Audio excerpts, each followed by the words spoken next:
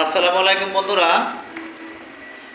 আমাদের কাছে এক ভাই এই মিশুক গাড়ির কন্ট্রোলারটি নিয়ে এসেছে।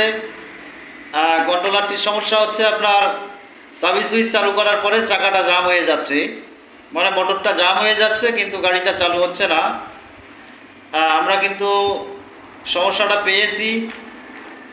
কি সমস্যা হয়েছে আপনাদেরকে দেখানোর জন্য ছোট্ট এই ভিডিওটি করলাম। তার আগে বলি এই একই রোগটা মানে এই সমস্যাটা আপনার তিনটে কারণে হয়। তার এক নম্বর কারণ আপনার এই যে সিস্টেম আইসিটা, এই সিস্টেম আইসিটা নষ্ট হয়ে যদি যায় সেই ক্ষেত্রে কিন্তু অনেক সময় চাবি দিলেই চাকা জাম হয়ে যায়, বা সিস্টেম আইসি বিভিন্ন সমস্যা হয়, আরও অন্য অন্য রকম ঝামেলাও হয়। তা ওই একটা।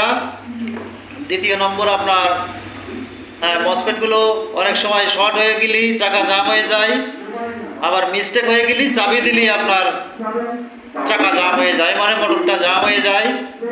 আমরা এই কন্ট্রোলারটার সমস্যা পেয়েছি, দেখেন তিনটে গ্রুপ আপনার, মানে এটা আছে নেগেটিভ সাইডের মসফেট, এখানে একটা কানেকশনে আপনার তিনটে করে মসফেট আছে, আর তিনটে মসফেট ড্রাইভিং করতেছে আপনার তিনটে করে ট্রানজিস্টর Y1 Y2 G1।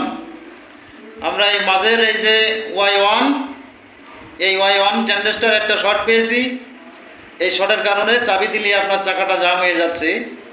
এই ট্রানজিস্টরটা আমরা যখন চেঞ্জ করে দেব ইনশাল্লাহ আশা করা যায় সমস্যাটার সমাধান হয়ে যাবে। আপনারা এই Y1 Y2 G1 resistance diode এইগুলো কিভাবে ভোল্টেজ ঢোকাইয়ে চেক দিতে হয় আমাদের ভিডিওর সাথে থাকবেন, ইনশাল্লাহ আমরা ভালোভাবে আপনাদেরকে বোঝাবো। ভালো থাকবেন সবাই। আসসালামু আলাইকুম।